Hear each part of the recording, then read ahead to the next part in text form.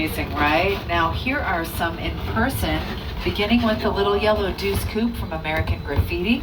We also have Magnum PI's red Ferrari, some Back to the Future vehicles, and the world's first hybrids, the Flintstones cars.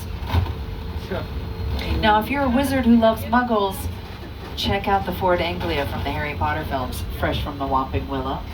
We also have the Jeep and the Gyrosphere from Jurassic World, the Fry's van from Jordan Peele's latest movie, Nope. And check out the Bradley fighting vehicle from Transformers.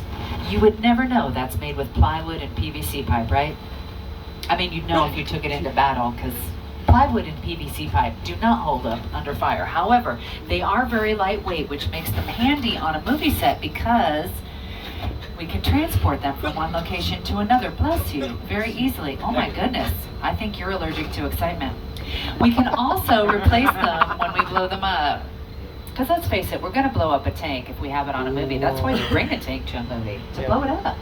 Now, speaking of blowing up, we brought you to another part of our backlot that is blowing up, figuratively speaking.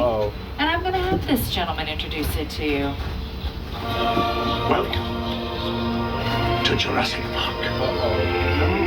An island filled with dinosaurs. What could go wrong? All right, keep your eyes peeled. You may spot a dinosaur or two out here.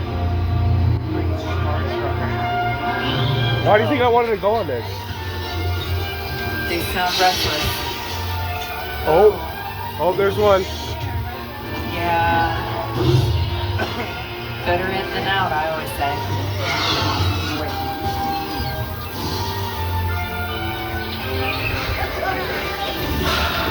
Woo!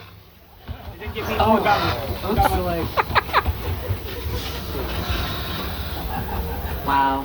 I apologize on behalf of our dinosaurs. In their defense, you all do look delicious. Can you blame them, really? I mean, come on. Now, those dinosaurs are very, well, let's just say spirited. You know, they do their own thing. They don't take direction very well. The only thing harder to work with than a dinosaur is Mother Nature, because she is also a little extra, and she doesn't take direction well. And frankly, we don't like working with her, which is why we like to make our own weather for the movies. And we're going to show you just how we do that in a part of our backlot we call Old Mexico. And to get there, we go down that very exciting hill right here. I love this hill so much. This is our roller coaster portion of the studio tour. Oh, crap. It was almost up to 88 we're gonna get wet. miles per hour. I was very excited about that. Now we're going to recreate a little rainstorm for your enjoyment right here, starting with a little strobe light for a lightning effect. We have some pre-recorded thunder for you. If this were an actual movie, we would add the thunder in post-production so that it didn't interfere with actors' dialogue. Watch. But we're going to add the rain with an overhead sprinkler. There it is. It's beautiful Hollywood rain right there. Poor squirrel. This was used in films like Big Fat Liar, The Three Amigos, Nacho Libre. Can I get a nacho? It's a beautiful effect, right? The best thing about Hollywood rain is that, well, we're in complete control of it. We can tell it when to stop, and that's important because if you don't stop rain, you get big problems, like mudslides and flooding. And we don't have time for that in the movies. So you all can just sit back, relax, and know that we're in complete control here. What?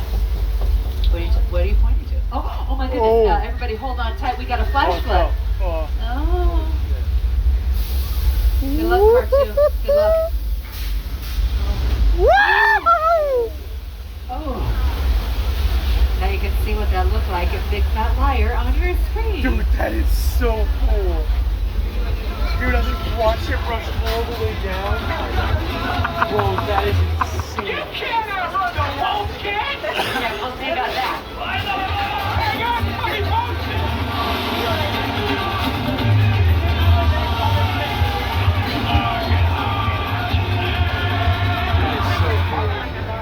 You know who was out there filming in that water? Lady Gaga filmed her Judas video out there. So if you got splashed with water today, looking at you, Car 2, you were splashed with the same water that Lady Gaga was in.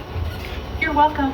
Yeah. My gift to you. Now, we are transporting you from Old Mexico into the heart of 6 Points, which is where we made our westerns in the early days of our movie studio. Do you hear that? They're still here. That's amazing. This area was also used by Quentin Tarantino for Once Upon a Time in Hollywood. It was used by Steven Spielberg for The Color Purple. So Whoopi Goldberg, Leonardo DiCaprio, and Brad Pitt have all walked these streets along with our Western heroes. Now, some of those Western heroes were not actually larger than life. So that is why the doorways here are all different sizes. Because let's say you have someone like Kirk Douglas, who's only 5'9". You put him next to a very small door, and he looks instantly taller. Ta-da! It's like magic, which is why I use small doors in my house.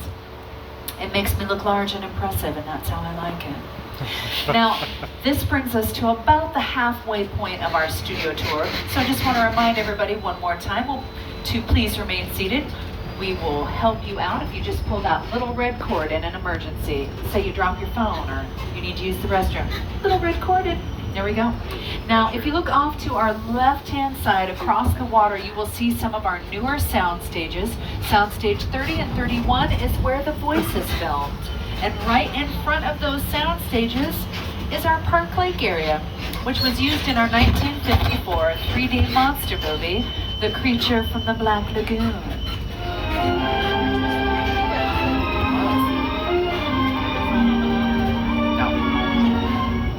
Isn't he cute? He's got a face made for radio. We love our monsters here. In fact, we consider ourselves the birthplace of the monster movies because from the 20s to the 50s, monster movies were our signature film. Everybody had a signature film back in the day. Paramount had gangster movies. We had monster movies. Why? Because we were broke. That's why. Yeah, that's right. It was the Depression era. Even the movie studios needed to save some cash, and we did that by having a signature film so that we could reuse the same sets over and over again. And here they are, the sets that we reused. They're called Little Europe. We call them Little Europe because they can look like any European country simply by changing the language on the signs. They can also look like the afterlife as they did it in the Netflix show The Good Place, or it could look like the fictional kingdom of Genovia as it did in Princess Diaries 2, a royal engagement. It was used in Buffy the Vampire Slayer. 3 of the Pirates of the Caribbean movies used this area for filming, and more recently the Mysterious Benedict Society, as well as the School for Good and Evil, all filmed right here. But it is best known for our classic monster movies.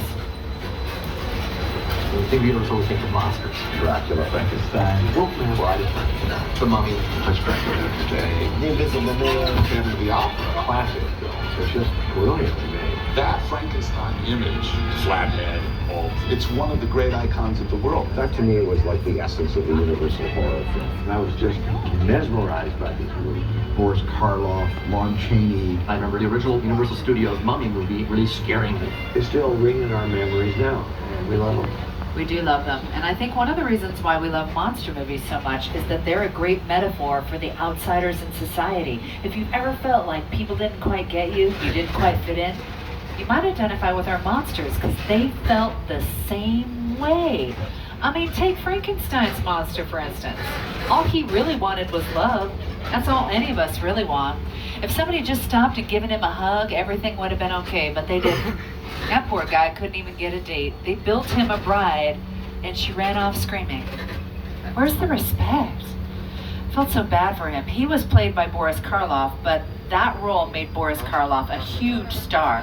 Everybody had sympathy for Frankenstein's monster, except for the bride. Now, the bride was played by Elsa Lancaster. She had less than 5 minutes of screen time. Less than 5 minutes, and yet the movie's still named after her. And every Halloween, you see Bride of Frankenstein costumes. Why? Because she was an icon. She was the Beyonce of her day, except she screamed more and didn't sing as well. But other than that, just like Beyonce. Now, we love an outsider in the movies. And you know who else are outsiders? Gunslingers. Those Western heroes. That's why they walk off alone. They're just mad because they don't fit in. That's why they get into so many bar fights, because they're angry. Nobody gives them a hug. So the next time you see a gunfighter, Give him a hug. That's all he really wants. Now we are on the back side of our Western sets here, which is what makes me think of gunfighters. I do love a brawl, a good Western brawl. The only thing I love more than a Western brawl, sharks. I do love them. I think sharks are misunderstood, just like our monsters and our gunslingers. Did you know that you are more likely to be attacked by a deer, a cow, or a hippo than a shark? Yeah, it's true. I do. It is true. Check Google. Google never lies. Also, sharks are very hard workers. They don't even sleep. They just swim around tirelessly like the world's first CrossFit gym members. I really respect their work ethic, which is why I'm taking you to my favorite spot. It's called Amity Island, and it's my favorite spot because they have a lot of sharks here. So, keep your eyes peeled. Now remain seated, but keep your eyes peeled because you never know. You may spot a oh my goodness, Monica, it's happening. It's really happening. I wished hard enough, and there it is. There's a shark. Isn't it beautiful? What a misunderstood creature. And look, there's a diver in the water. He's going to get to meet the shark. How lucky is he? He's literally screaming with excitement right now.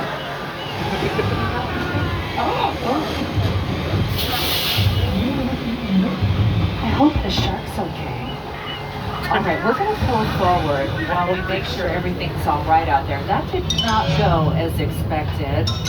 But don't worry, we'll hide behind these barrels of flammable liquid and we'll be fine. Does the dock usually move that way? That's weird.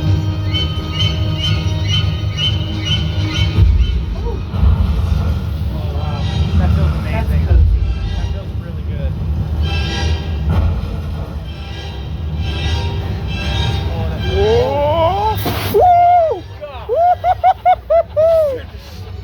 The shark's okay, everyone. The shark is okay. Oh, the fire feels so nice. Oh, I'm so relieved. I was really worried about him. Did you see how he was saying hi to everybody with a big smile? Hey. That's why I love them so much. I really do think sharks are a man's best friend. I do.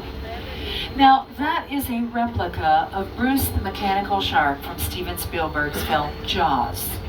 Our Bruce does work better than the original Bruce. You see, they filmed off the coast of Martha's Vineyard in the Atlantic Ocean, which is, of course, saltwater. And it turns out that mechanical sharks do not like saltwater. That's a much maligned shark. The shark was frustrated. It didn't really work all the time. It didn't work hardly at all. Wherever you were on the island, you could hear the radio links. They were always saying, the shark is not working. Repeat, the shark is not working. We just waited around. We just waited and waited and waited. The shark worked well enough. For a while there, it had the biggest hit of all time. So I really owe the shark a lot.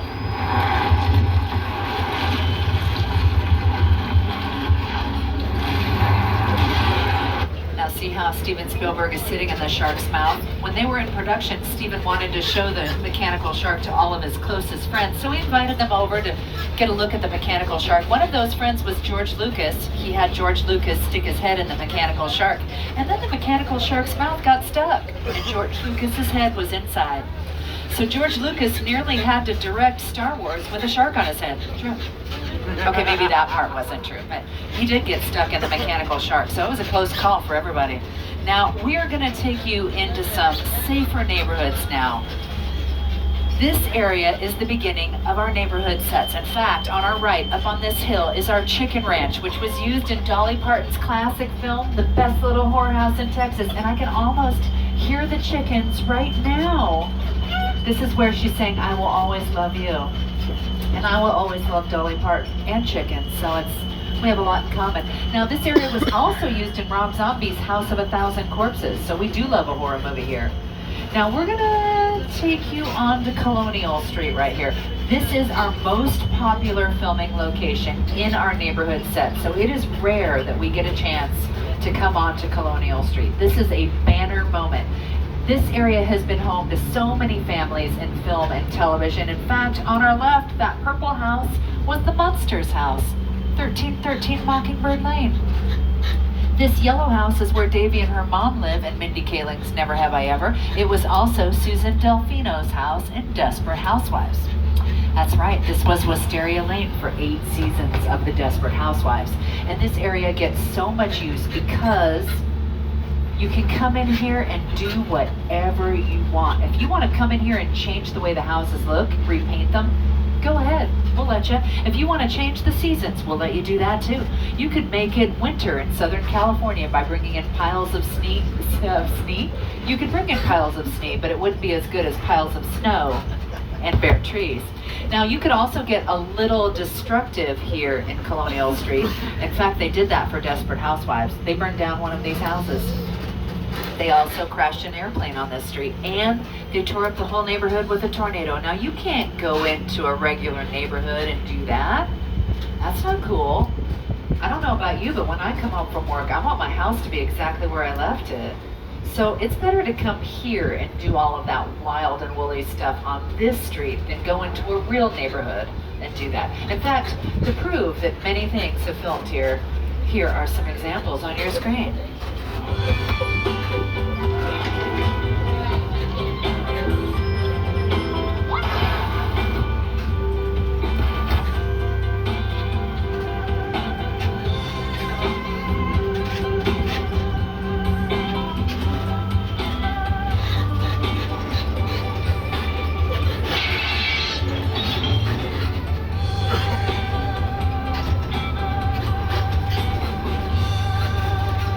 That's right. The Burbs, Casper, Animal House, Desperate Housewives, all filmed on Colonial Street, but most importantly, Nellie made a video there, and yes, it is getting hot in here. Thanks for asking. Now, another family that makes its home on Colonial Street is a family of coyotes. That's right, we get a lot of wildlife here on Universal Studios, on our production studio lot. You just never know who you might see out here. You might see squirrels, coyotes, bunnies being chased by coyotes. You just never know. Now, we are about 15 minutes away from the end of our studio tour. We'll be returning to the theme park shortly. So once again, if you have an emergency, just pull that little red cord and I'll be back to assist. Oh, bunny on the left. There was a bunny. I'm sorry. I get very excited by wildlife, can you tell? Now, Wilderness Road right here is taking us to our second collection of picture cars. Now, if you're a fan of the Transformers, on our right, you will find Bumblebee, everybody's favorite Transformer. Isn't he sweet? Bumblebee sits right next to a Decepticon whose mission is to punish and enslave. Huh. That's not as sweet. Now, this area is the parking lot for one of my favorite places in the whole world. It's a little motel. It's called the Bates Motel, and it's got a super cute retro vibe, and I am there for it. Full disclosure, though, it has had some negative Yelp reviews. Apparently, 1 or 2 people went missing from the Bates Motel. It's a whole thing. But don't worry, this place is run by a gentleman named Norman Bates, and Norman is such a hard worker and super sweet. He would never let anything bad happen to a guest. Now, Norman is also an eligible bachelor. He's quiet, he runs his own business, he does a little taxidermy on the side. And he's adorable, look at him. You could do worse than Norman Bates. Now, it looks like he's taking a little vacation, which is good because he works too hard. I'm always telling him, Norman, do something special for yourself. Take a little time just for you. Oh, no. Norman, is that what you're going to do with your time? That is not a good choice. Oh, Norman, I'm so sorry. This is really, really awkward. Hey, Norman. Hey, we were just in the neighborhood. Hi, we thought we'd stop by and say hello. It looks like you're really busy. Oh, no, that is not okay. We do not stab our friends, Norman. We do not stab friends. Norman, I'm going to have to talk to your mother about this. So sorry, so sorry. Watch out, car 4. Okay. I apologize on behalf of Norman Bates. He's feeling a bit stabby today. We'll come back later. Norman has a lot on his plate right now. He takes very good care of his mother, and she's a delightful woman, but she has a lot of work, so he might be feeling a little tense. Now, she lives right here on our left in the Psycho House. That's so freaky. Oh, look at her. She's waiting for us. Feel free to stop by if you're ever in the neighborhood. We're always ready for visitors. Okay, that was slightly awkward, I'll admit it, but don't worry, we've escaped that awkward situation and arrived in the middle of a tragedy. Here we have Steven Spielberg's War of the Worlds crash site. This is a colossal practical set, and it was designed by a gentleman named Rick Carter. The airplane crash site set is a perfect example of a set that is all designed around the vision that Steven had. And you forget to sit down to talk about the War of the World. I thought, what if the 747 goes down right in a big neighborhood? Because it's just something you don't see. You're doing good. You're doing good. Keep pressing me. Press me out. I want you to close your eyes, okay? Okay, I'm closed.